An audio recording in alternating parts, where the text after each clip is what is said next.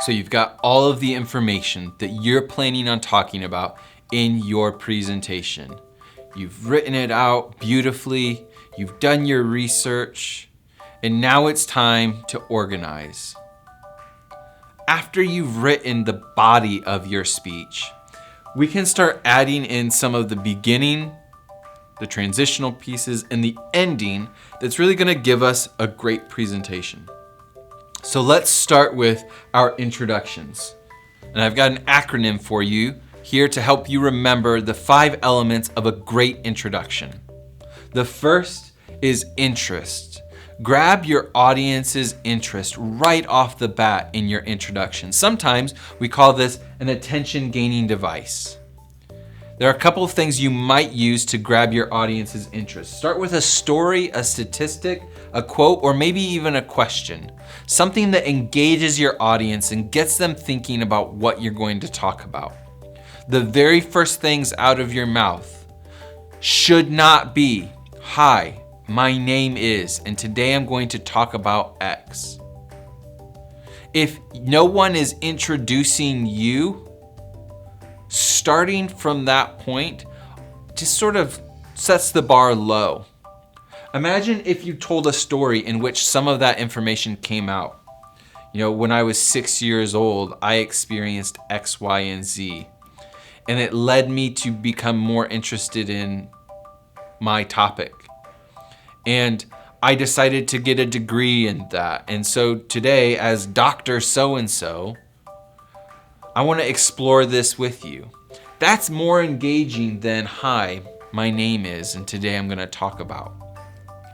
That is less than C quality. Start with a story, statistic, quote, or a question, and grab your audience's interest. That's the first part of a great introduction. The second part is establish a need. In other words, why should your audience care? Why should they care?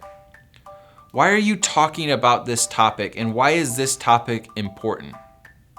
You could use more statistics to demonstrate how many people are affected by your topic.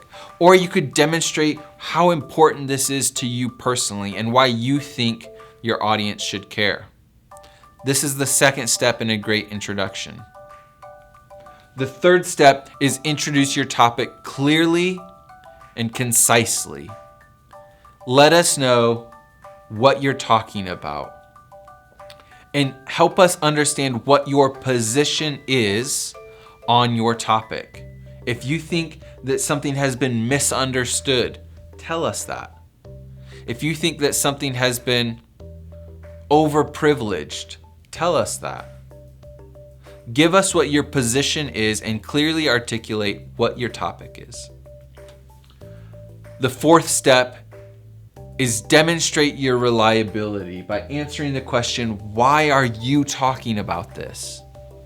We can do this with 2 things, experience and your research, or experience and your curiosity. For example, I experienced X, and so I wanted to learn more. So I did some research, I did some digging. I went back and reread some old books. And today I have a better understanding that I want to share with you. That demonstrates that I had a connection to it, but I did more digging. I understand it better than I did when I had just been introduced to it. I have some credibility to talk about this topic. So, why are you talking about this topic? What's your experience? What's your research? And lastly, a great introduction overviews your main points. Preview exactly what you're going to talk about and use the same language that you use throughout your speech. Think about how you could be clever and concise and creative and how you're introducing your main points in the overview of your introduction. Now, the last thing I want to say about an introduction and these 5 elements, each of these is really important. There are none that are more important than the others. When you leave out one, everything else starts to suffer a little bit because of it. But you don't have to do these individually. You could come up with a great story that does all of these things for you. So, these 5 elements are the 5 elements of a great introduction, but you don't have to separate them out. If you can find a great story that maybe does a couple of these for you, that's a great way at moving towards concision of language. So, we've got our introduction, we've grabbed their interest, established why it matters, explained clearly our topic and our position on the topic, why we are talking about it, and what we're going to talk about in relation to that topic. We've moved on to the body of our speech.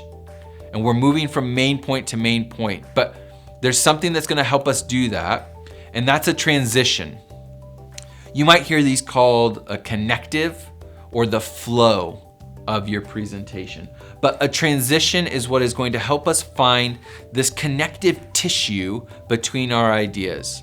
There are 3 things that you need to have in a transition to really establish why you're talking about what you're talking about. The first thing that you do in a great transition is you summarize the main point that you just got done talking about. Conclude it in some meaningful way. The second thing that you're going to do is link it. Connect what you were talking about to what you're about to talk about. Find a way to connect these 2 ideas. And then lastly, the third thing that you're going to do in a great transition is preview your next main point. Introduce for us what you're about to talk about. You know, X is a really interesting thing, and it can help us understand why. Today we're going to talk about Y and Z. Is an example of a 3-part transition where X is really interesting. I've summarized. It can help us understand. There's my link. Y is really interesting, and we can understand it through Y and Z. Is my preview. It demonstrates the flow and connectedness of my ideas.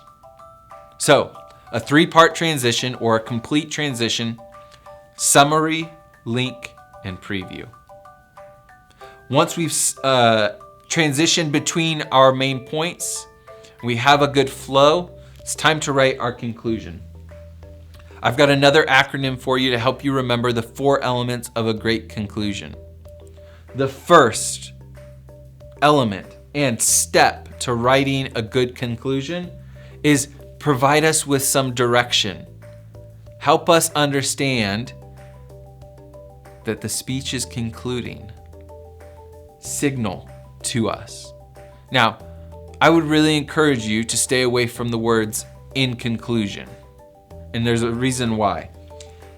If you've used the same language between your overview of your main points and the transitions to your main points, then we know "in conclusion." There are better, more creative ways of signaling that we're concluding. Wrapping up is one that I hear frequently to sort of get away from "in conclusion." It's sort of doing the same thing. Maybe there's a better way, a more creative way of helping us understand that things are winding down. This is important because if you just stop talking and we never got the direction that it was concluding, it feels abrupt that we've lost something. It'd be like if you were on an airplane and all of a sudden the wheels touch down and you had never heard that announcement of "ladies and gentlemen, we're beginning our descent." It would feel very abrupt. Don't scare your passengers and make them think you're crashing. Let them know you're landing. The second thing, we actually have already done this. The overview. The overview is where you review and reinforce your main points from your speech. But we've written an overview already in our introduction. So we can take the overview that we've written, rephrase it a little bit, keep the language of our main points the same, and we already have the overview for our conclusion. The third thing that we're doing, this should also look familiar. Remind us, why was this important? Maybe there's some action or response that now that we understand the importance of the topic, we understand the importance of action. So reinforce, remind us of the importance or the need for your topic. And then lastly, end with excitement. Go out with a bang.